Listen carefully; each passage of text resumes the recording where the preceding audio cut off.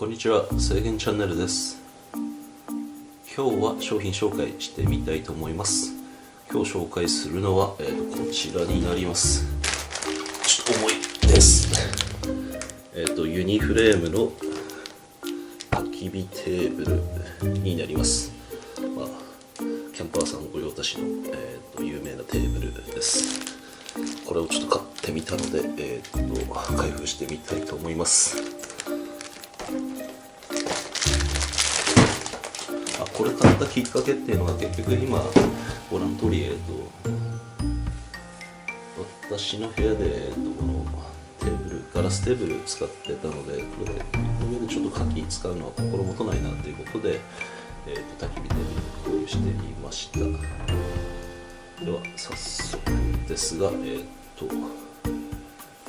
テーブルを、ユニフレーム焚き火テーブルに置き換えてみたいと思います。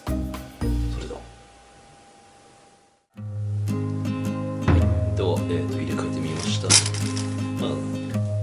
いい感じですね。さすがキャンパーさん御用達だけで、ここもステンレスになってますし、この上で直接火使う大丈夫そうです。なので、よく使うこのシングルバーナーも直置きにしてみました。あ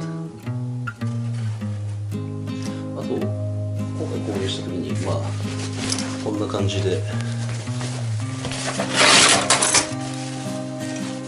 持ち運び用の袋がついてました。こちらで、7500円ぐらいでしたね。